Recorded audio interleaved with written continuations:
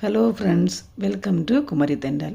இன்றைக்கி நம்ம என்ன பார்க்க போகிறோன்னா, மசாலா உதிராமல் காலிஃப்ளவர் ஃப்ரை எப்படி ரெடி பண்ணுறதுன்னு பார்க்க போகிறோம். வாங்க இது எப்படி ரெடி பண்ணுறதுன்னு பார்க்கலாம்.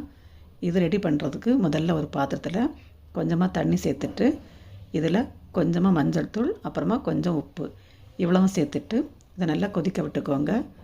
இந்த மாதிரி நல்லா கொதித்து வந்ததுக்கப்புறமா பொடிசாக கட் பண்ணி எடுத்து வச்சிட்ருக்கிற 1/2 kg மாதிரி காலிஃப்ளவரை இப்போ இதில் சேர்த்துடலாம்.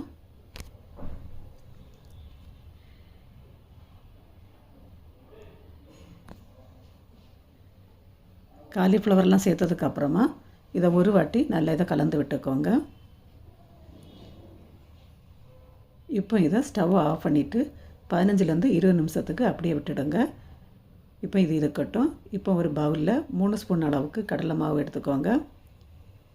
இது கூட 3 ஸ்பூன் அளவுக்கு கார்ன்ஃப்ளவர்,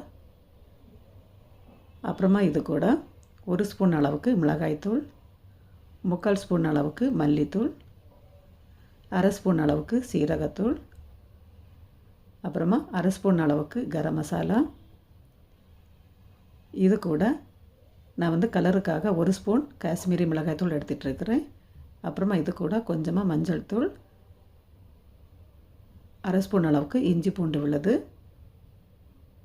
அப்புறமா இது கூட இதுக்கு தேவையான அளவு உப்பு இவ்வளவும் சேர்த்துட்டு 2 ஸ்பூன் அளவுக்கு எண்ணெய் சேர்த்துக்கோங்க. இப்போ இந்த மசாலா எல்லாம் நல்லா மிக்ஸ் ஆகிறது மாதிரி நல்லா இதை கலந்து விட்டுக்கோங்க. இப்போ இந்த மாதிரி இதை நல்லா கலந்து விட்டதுக்கப்புறமா இதில் கொஞ்சம் கொஞ்சமாக தண்ணி சேர்த்து ஒரு பஜ்ஜி மாவு பதத்துக்கு மாவை ரெடி பண்ணி எடுத்துக்கோங்க. தண்ணி கொஞ்சம் கொஞ்சமாக சேர்த்து மிக்ஸ் பண்ணி எடுத்துக்கோங்க. மாவு ரொம்ப கெட்டியாகவும் இல்லாமல் ரொம்ப தண்ணியாகவும் இல்லாமல் இந்த மாதிரி மாவு இருக்கிற மாதிரி ரெடி பண்ணி எடுத்துக்கோங்க.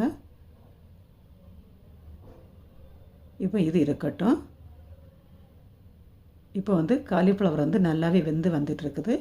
இப்போ இந்த தண்ணியெல்லாம் வடிகட்டிட்டு இதை நம்ம எடுத்துடலாம். இப்போ இந்த காலிஃப்ளவரை நம்ம ரெடி பண்ணி வச்சிட்ருக்கிற மாவில் நல்லா இதை டிப் பண்ணி எடுத்துட்டு சூடான எண்ணெயில் இதை நம்ம சேர்த்து ஃப்ரை பண்ணி எடுத்துடலாம். எண்ணெய் நல்லா சூடாக இருக்கணும். ஆனால் ஃப்ளேம் மீடியம் ஃப்ளேமில் வச்சு இதை ஃப்ரை பண்ணி எடுக்கணும்.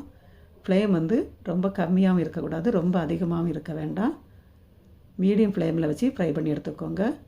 இப்போ இந்த மாதிரி காலிஃப்ளவர்லாம் சேர்த்ததுக்கப்புறமா ஒரு பக்கம் நல்லா வெந்ததுக்கப்புறமா திருப்பி போட்டு வேக வைக்கணும். இந்த மாதிரி நல்லா 2 பக்கமும் நல்லா முறுமுறுன்னு வர்றது வரைக்கும் நல்லா இதை வேக வச்சு எடுத்துடலாம்.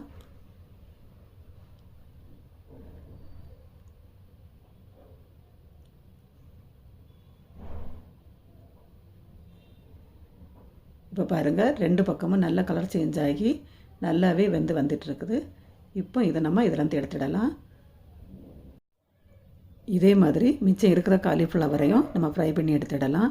அவ்வளவுதாங்க, ரொம்ப ரொம்ப சூப்பரான காலிஃப்ளவர் ஃப்ரை ரெடி ஆகிடுச்சு.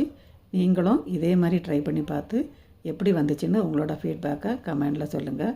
மீண்டும் இன்னொரு ரெசிபியோடு உங்களை சந்திக்கிறேன். நன்றி, வணக்கம்.